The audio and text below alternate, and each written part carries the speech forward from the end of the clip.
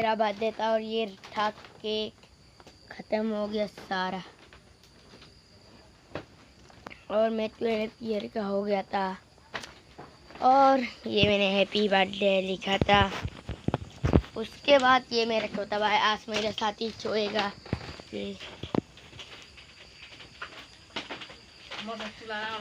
और ये मेरा मम्मी है।